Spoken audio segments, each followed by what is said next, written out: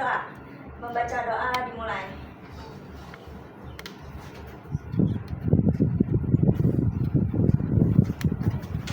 Baca doa selesai. Sebelumnya ada yang udah kenal Ibu? Belum. Oke, perkenalkan, nama Ibu Aulia Putri. Kalian bisa manggil Ibu Aulia. Nah, Ibu sekarang berada di kelas 10 SMA 2 Negeri Cikarang Utara. Jadi kalian sedang menjadi murid kelas 10 ya. Ya. Teman-temannya udah hadir semua? Belum. Kemana? Hari ini kita akan belajar tentang menghargai waktu yang berharga. Jadi di akhir pelajaran, Ibu harap kalian semua memahami betapa pentingnya menghargai waktu yang berharga dan memahami bagaimana caranya mengelola waktu yang baik dan benar agar nantinya kalian tidak menyesal di kemudian hari. Di sini ada yang pernah merasa kekurangan waktu selagi mengerjakan tugas? Sering. Gimana rasanya? Kesel? Gak nyaman ya karena dikejar deadline, jadi pekerjaan kita kurang maksimal. Nah, itulah salah satu alasan mengapa kita harus bisa memanage waktu yang baik dan benar. Nah, waktu adalah konsep yang digunakan untuk mengukur durasi antara peristiwa, perubahan, atau kejadian. Nah, dalam pengertian yang lebih luas, waktu juga dapat diartikan sebagai suatu dimensi yang memungkinkan kita untuk memahami dan mengorganisir urutan peristiwa dalam kehidupan. Waktu sering dibagi menjadi beberapa unit seperti detik, menit, jam, hari, bulan, dan tahun. 1 menit berapa detik? 60. 1 menit, 1 jam? 60 menit. 1 hari? 24 jam. 1 bulan? 30 hari. Tergantung. Tergantung. 1 tahun? 365. Nah, dalam konteks agama sendiri, waktu dapat dipandang sebagai sesuatu yang diciptakan oleh Tuhan dan memiliki makna tertentu dalam perjalanan hidup manusia. Ada beberapa pandangan tentang waktu. Yang pertama, waktu fisik diukur dengan alat seperti jam dan kalender, jam dinding, jam tangan. Berkaitan dengan fenomena alam seperti pergerakan matahari dan bulan, matahari yang dikelilingi bumi dan bulan yang mengelilingi bumi. Yang kedua ada waktu psikologis, merujuk pada bagaimana individu merasakan dan mengalami waktu yang bisa berbeda-beda antara satu orang dengan orang lain. Misalnya contoh, kalian pasti semua memiliki waktu 24 jam ya. Pasti ada yang bisa melakukan banyak hal, dan sementara di sisi lain ada yang merasa selalu kekurangan waktu. Itu yang disebut berbeda-beda antara satu orang dengan orang lain. Yang ketiga ada waktu sosial, berkaitan dengan bagaimana masyarakat dan budaya menentukan dan mengatur waktu, termasuk norma dan kebiasaan yang mempengaruhi penggunaan waktu. Kayak ibu-ibu kan pasti hari Minggu suka ada kajian ya, dari jam 9 sampai jam 11. Sedangkan bapak-bapak pasti ronda dari jam 9 sampai jam 1 malam. Itu yang dinamakan menentukan dan mengatur waktu dengan kebiasaan yang mempengaruhi penggunaan waktu. Ada juga menghargai waktu dalam perspektif agama. Yang pertama ada agama apa? Islam. Nabi Muhammad SAW berkata, manfaatkanlah 5 perkara sebelum 5 perkara. Sehatmu sebelum Sakitmu. mudamu sebelum Tuamu. kayamu sebelum Miskinmu. hidupmu sebelum Matimu. dan waktu luangmu sebelum Sibukmu. Dan yang ada Al-Quran. Quran surat Al-Asr ayat 1 sampai 3. Mau baca bareng-bareng? Boleh. Bismillahirrahmanirrahim. Wal 'ashr. Innal insana lafi khusr. Illal ladzina amanu wa amilus solihati wa tawassau bil haqqi wa tawassau bis sabr. Yang artinya demi masa. Sesungguhnya manusia itu benar-benar dalam kerugian. Yang kedua dari agama Kristen.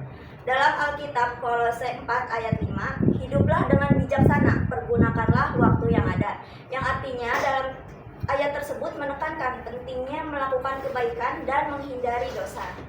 Yang ketiga ada ya konsep kala atau waktu, menggambarkan siklus kehidupan yang abadi. Nah, pujian kepada mereka yang menghargai waktu dengan melakukan dharma kewajiban dalam hidup. Dan yang agama selanjutnya Hindu Buddha mengajarkan pentingnya mindfulness dan hidup di saat ini, yang artinya menekankan pada pentingnya setiap momen untuk berbuat baik dan menghindari tindakan yang menyakiti diri sendiri dan orang lain. Jadi setiap agama mengajarkan kebaikan, yang entah itu tentang waktu, menghindari dosa, dan berbuat baik kepada diri sendiri ataupun tidak menyakiti diri sendiri dan orang lain. Nilai waktu dalam kehidupan sehari-hari ada 4. Yang pertama, dapat meningkatkan produktivitas.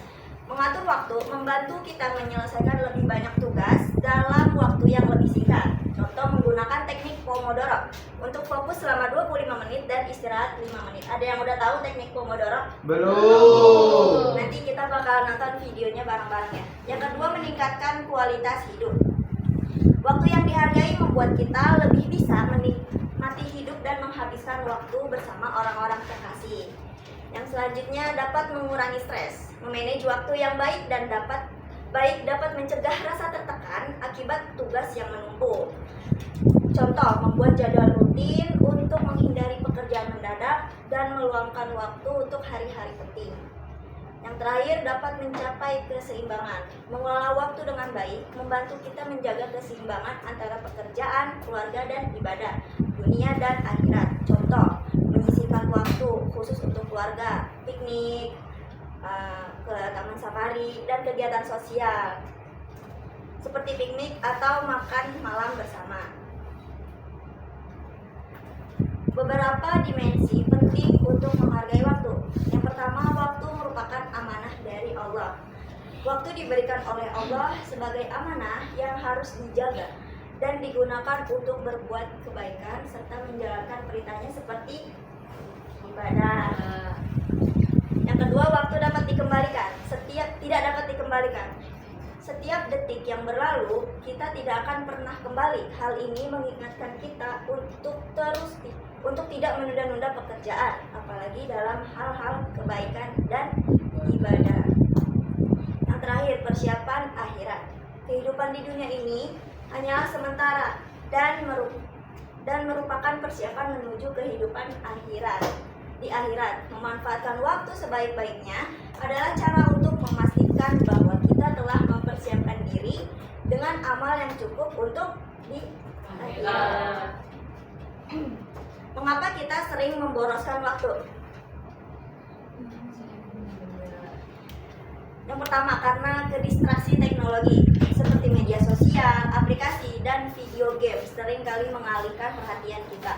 Padahal notifnya cuma 5 detik, tapi buat ngembaliin fokusnya lama. Itu namanya buang-buang waktu ya. Nah, riset juga menunjukkan bahwa rata-rata orang menghabiskan lebih dari 2 jam per hari di media sosial. Statistik menunjukkan bahwa orang menghabiskan sekitar 28% dari waktu mereka online. Yang kedua, kurangnya perencanaan. Tanpa rencana atau tujuan yang jelas, kita dapat kehilangan arah dalam aktivitas sehari-hari. Contoh, menjalani hari tanpa daftar tugas bisa membuat kita terlambat menyelesaikan pekerjaan. Yang ketiga, prokrastinasi. Kebiasaan menunda tugas. Kebiasaan menunda tugas dapat menyebabkan penumpukan pekerjaan yang menguras waktu. Penyebab umumnya adalah ketidakpastian karena kurangnya perencanaan, ketakutan akan kegagalan, dan kurangnya motivasi dari orang sekitar. Yang keempat, multitasking yang tidak efektif. Mencoba melakukan banyak hal sekaligus seringkali mengurangi efisiensi dan konsentrasi. Riset menunjukkan bahwa multitasking dapat mengurangi produktivitas hingga 40%. Cara menghindari gangguan yaitu matikan notifikasi yang tidak penting seperti notifikasi notifikasi operator SMS, notifikasi teman yang ngajakin mabar game, dan yang lain-lain. Buat lingkungan kerja yang nyaman dan tenang. Di rumah aja kalau misalkan kita mau istirahat harus nyaman dan tenang ya. Begitupun kerja, kita harus membuat meja kita bersih dari sampah itu agar membuat kita melakukan pekerjaan dengan nyaman dan tenang. Pencahayaan juga harus perlu karena kurangnya pencahayaan bisa membuat mata kita cepat lelah. Nah, hal itu bisa dijadikan oleh tubuh kita sebagai alarm untuk kita istirahat dan akhirnya kita malah nggak ngerjain tugas. Yang ketiga, tetapkan batasan waktu penggunaan media sosial atau aplikasi non-produktif. Selain memanage waktu, kita juga harus bisa memanage diri kita sendiri. Kapan batasannya kita main media sosial seperti TikTok, scroll Shopee, main game, itu kita harus tahu batasan-batasannya. Nah, cara menghargai waktu dengan bijak. Yang tadi ya, kita bakal nonton teknik Pomodoro. Kalian lihat agar kalian paham.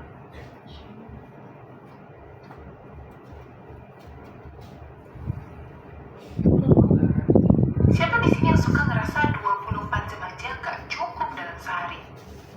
Rasanya waktu cepet banget bergulir, sampai kayaknya gak ada waktu untuk istirahat.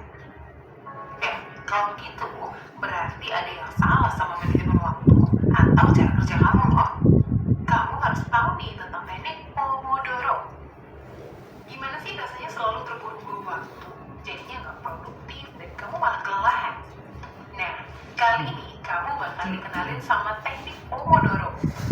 Sebuah teknik yang akan membantu kamu banget dalam mengatur waktu. Sebenarnya apa sih teknik Pomodoro? Gimana cara penerapannya dan apa aja sih manfaatnya? Yuk simak selengkapnya.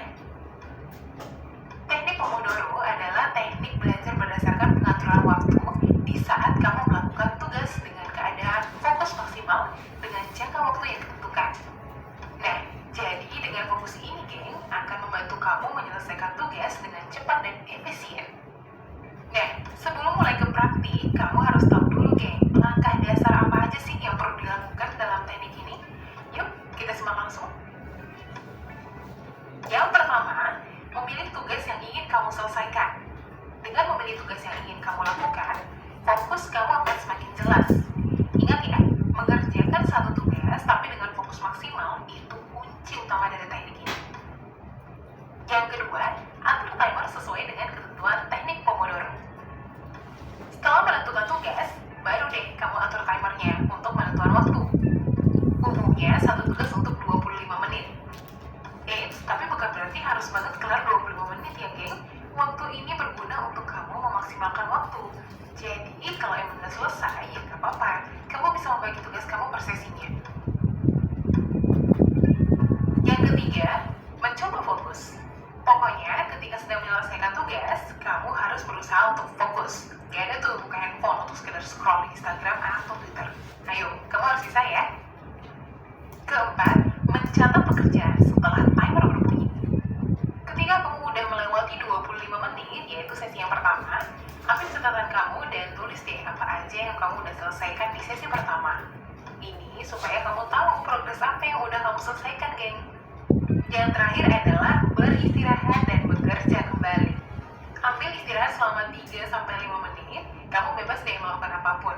Bisa sambil minum, stretching badan, atau main Instagram juga boleh. Habis itu kamu harus balik lagi ke sesi berikutnya ya. Nah, kalau sudah sampai sesi keempat, kamu butuh istirahat yang lebih lama lagi nih, geng. Kurang lebih selama 15-30 menit. Tapi kalau tugas kamu belum selesai juga, reset lagi timer Pomodoro kamu dan ulangi polanya. Nah, usaha kamu pastinya akan membuahkan hasil positif, geng. Banyak loh manfaat dari teknik Pomodoro ini untuk diri kita. Ini dia manfaatnya. Manfaat pertama yaitu melatih fokus kamu saat bekerja. Dengan teknik ini gak bakal lagi deh waktu kamu kebuang karena kamu fokus gak akan melakukan hal lain waktu kamu bekerja. Kedua, kamu bakalan bisa mengatur waktu dengan skala prioritas. Jadi kamu semakin tahu nih mana yang harus kamu selesaikan terlebih dahulu. Yang ketiga, kamu dapat mengubah proses kerja kamu menjadi lebih baik dan teratur.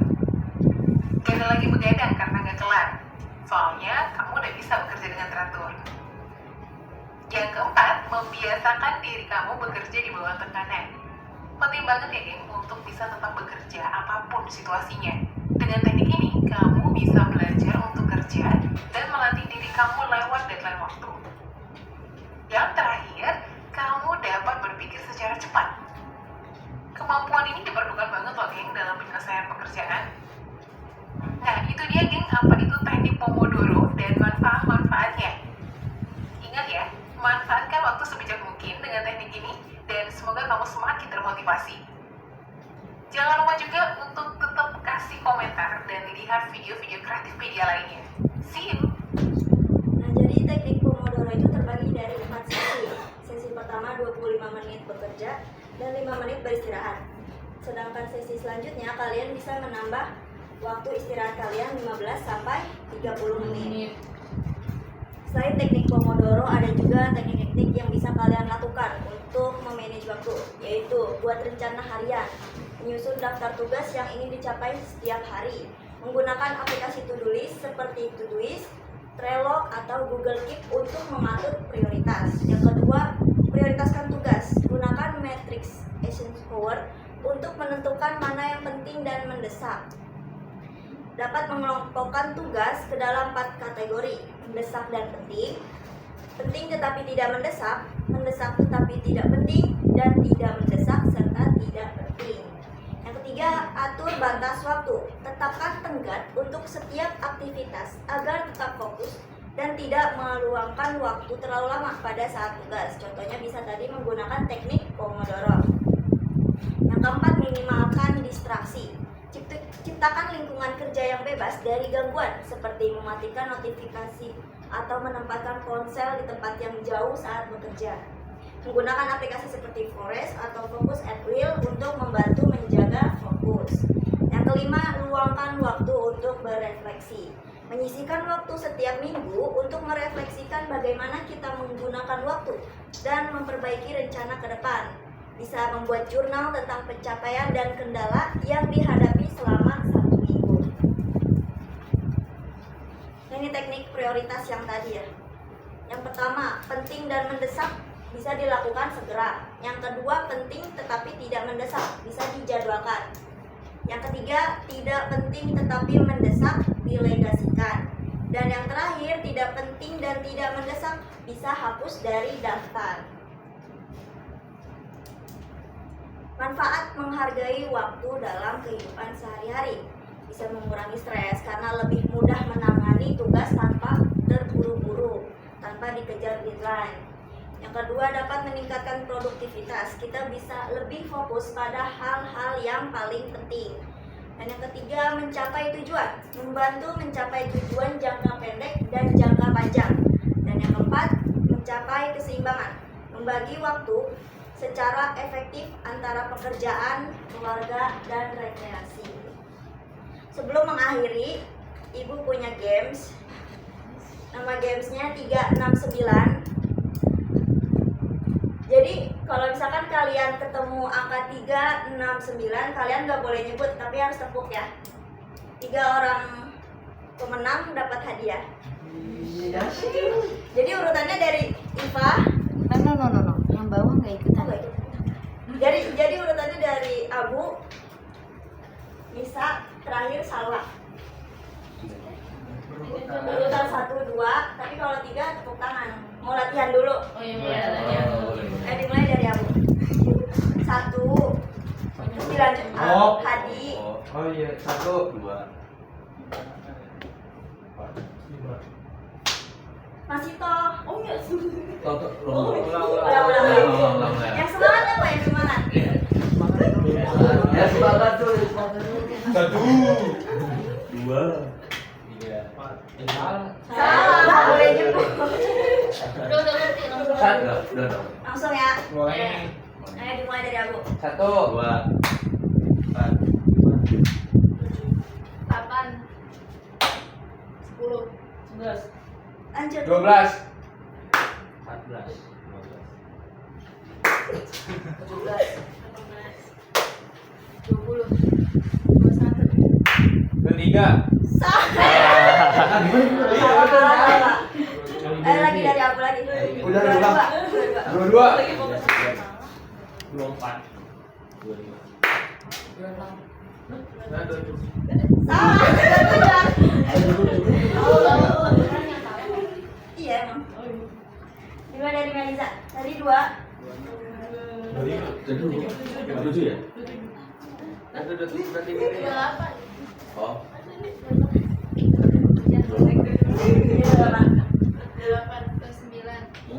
8 Tepuk dong. Dari 30 kan ada angka 3. Iya, salah. Jadi 31 enggak tepok berarti. Pokoknya ketemu angka 3, langsung tepok. Kalau misalkan 33 berarti tepoknya 2 kali. Bukan, udah salah. Ya udah. Bisa. Siapa yang menang? Dari 31. Baru itu kan. 32. Adis. Kan nomor 3 tuh. Oh. Iya, tolong. Bisa berfar. 3 lagi terakhir. 33 kan? Iya.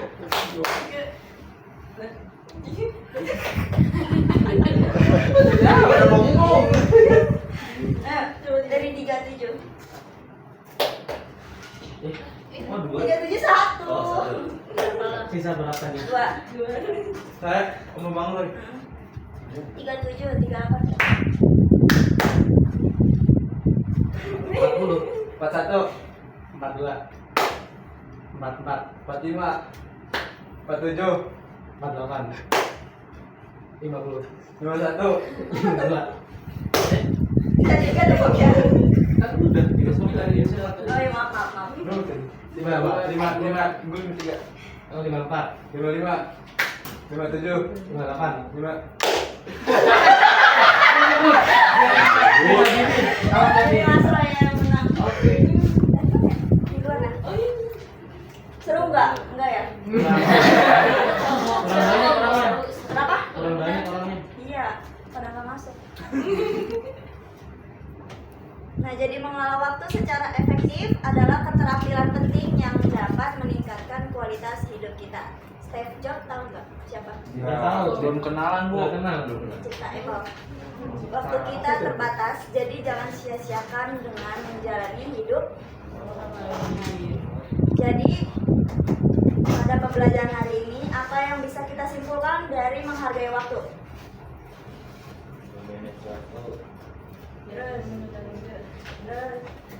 Harus fokus Bu Guru. Nah, ya, jadi dengan kita dapat mengelola waktu, kita bisa lebih tenang dalam mengerjakan tugas, produktivitas, serta dapat melakukan banyak hal. Untuk mengakhiri pembelajaran hari ini,